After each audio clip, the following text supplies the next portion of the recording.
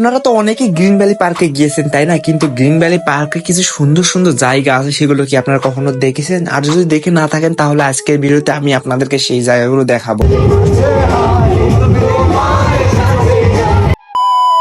So চলুন শুরু থেকে শুরু করা যাক। হ্যালো এভরিওয়ান, কি অবস্থা সবার, কেমন আছেন সবাই? আশা করি সবাই অনেক বেশি ভালো আছেন and আমিও আলহামদুলিল্লাহ সবার দোয়া ও ভালোবাসা অনেক বেশি ভালো আছি। সো গাইস, আমি আগের ভিডিওতে বলেছিলাম যে পরের ভিডিও অনেক ইন্টারেস্টিং হতে যাচ্ছে। সো আসলে আজকের ভিডিওটি অনেক ইন্টারেস্টিং, অনেক মজাদার হতে যাচ্ছে।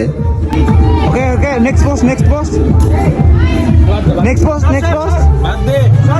Aba next, next, next, next, next, next, next, next.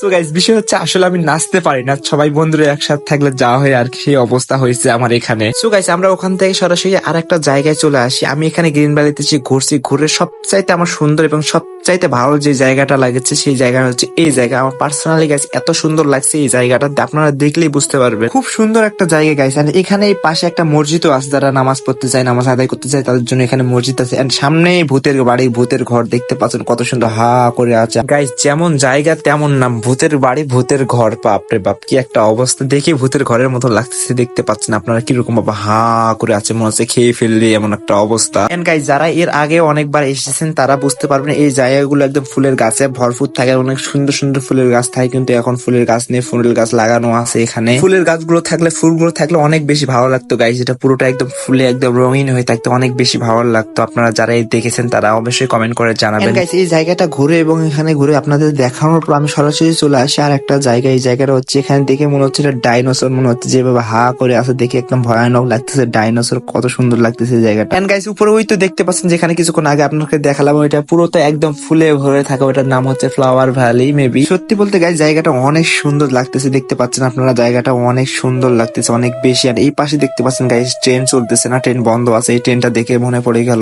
ট্রেনে ওঠার কথা। সত্যি কথা বলতে গাইস, আমার সবচাইতে বেশি মজা লাগে এই নৌকার রাইডটার উপর উঠে, মানে এত পরিমাণে এখানে ওটা চিল্লা চিল্লি করে, তারপরও মানুষ ওঠে, মানে কি আর বলবো। এন্ড গাইস, সেখান থেকে ঘোরার পর আমরা সরাসরি চলে আসি আর একটা রাইডস এর কাছে। এন্ড আমরা এখন এখানে গাড়ি চালাবো। গাড়ি চালানোর জন্য গেট দিয়ে টিকিট দেওয়ার পর আমরা ভিতরে প্রবেশ করি। দেখতে পাচ্ছি আমার ফ্রেন্ডরা সবাই গাড়ির উপর বসে গেছে, আমিও একটা গাড়ির উপর যাই বসলাম। এখন আমরা এই গাড়ি চালাবো। বাস্তবে গাড়ি চালাতে পারবো না, বাপের গাড়ি নেই বা নিজেরও কোনো গাড়ি নেই, এই জন্য এইগুলো গাড়ি চালাই আমরা। কি আর করার গাইস, দুঃখের বিষয়। যাই হোক গাইস, আমাদের তো কোনো বড় গাড়ি নেই, এই জন্য এগুলো গাড়ি চালাচ্ছি। এগুলো গাড়ি চালিয়ে বড় গাড়ি ফিল নিচ্ছে। একটা সত্যি কথা বলতে কি অনেক মজা লাগতেছিল, গাড়িটা চালাইতে অনেক মজা ছিল।